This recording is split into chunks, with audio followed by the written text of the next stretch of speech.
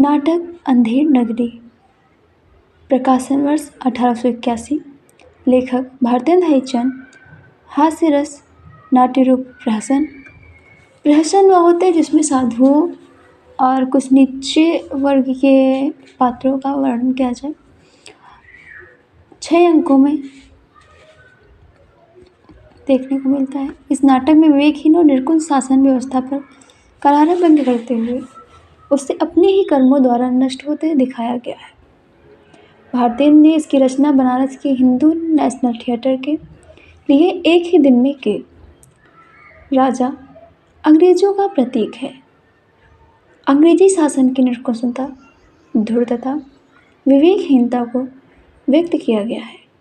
इसके साथ भारतीयों को आलस्य, अशिक्षा से मुक्त करने का उद्देश्य निहित है। रुपए की महत्ता का प्रतिपादन किया गया है। कल्लू बनिए की दीवार से दबकर फरियादे की बकरी मर जाती है। अंत में राजा फांसी के फंदे पर झूल जाता है। सन 1975 के आपातकाल में अंधेर नगरी के मंचन पर रोक लगा दी गई थी। 1975 में इस नाटक के मंचन पर रोक लगा दी गई। पात्र महंत या गुरु नारायण दास, गोवर्धन दास महंत के शिष्य थे। कबाब वाला घासीराम, नारंगी वाली हलवाई, कुंजड़िन मुगल, पाचक वाला मछली वाली, जात वाला ब्राह्मण, बनिया राजा, मंत्री, चूने वाला कारीगर, कल्लू, भिस्ती, कसाई, गरड़िया, सिपाही पात्र।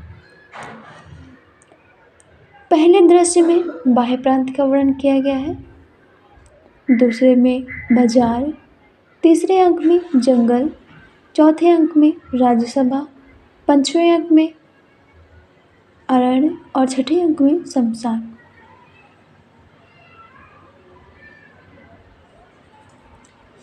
पहला अंक। पहले अंक में एक महंत अपने 2 शिष्यों नारायण दास और गोवर्धन दास से दूसरे को भिक्षा मांगने के संबंध में अधिक लोभ न करने का उपदेश देते हैं। दूसरा अंक। दूसरे अंक में बाजार के विभिन्न व्यापारियों के दृश्य हैं जिनके माल बेचने के लिए लगाई गई आवाज़ों में व्यंग्य की तीव्रता है। दूसरे अंक में बाजार के विभिन्न व्यापारियों के दृश्य हैं जिनमें माल बेचने के लिए लगाई गई आवाज़ों में व्यंग्य की तीव्रता है। शिष्य बाजार में हर एक रोज चीज़ टके से पाता है और नगरी और राजा का नाम अंधेर नगरी। चौपट राजा ज्ञात कर मिठाई लेकर महंत के पास वापस आता है। तीसरे अंक में गोवर्धन दास से नगरी का हाल मालूम करवा ऐसी नगरी में रहना उचित न समझ तीसरे अंक में वह चलने के लिए अपने शिष्यों से कहते हैं, किंतु गोवर्धन दास लोभ के वशीभूत वहीं रह जाता है और महंत तथा नारायण दास वहाँ से चले जाते हैं। चौथा अंक। चौथे अंक में दरबार में बैठा राजा एक फरियादी की बकरी मर जाने पर कल्लू बनिया, कारीगर, चोने वाले, भिस्ती, कसाई और गरड़िया को छोड़कर अंत में अपने कोतवाल को ही फांसी का दंड देता है, क्योंकि अंततः उसकी सवारी निकलने से ही बकरी मर गई। गोवर्धन दास, गुरुजी, मैं बहुत सी भिक्षा लाता हूँ।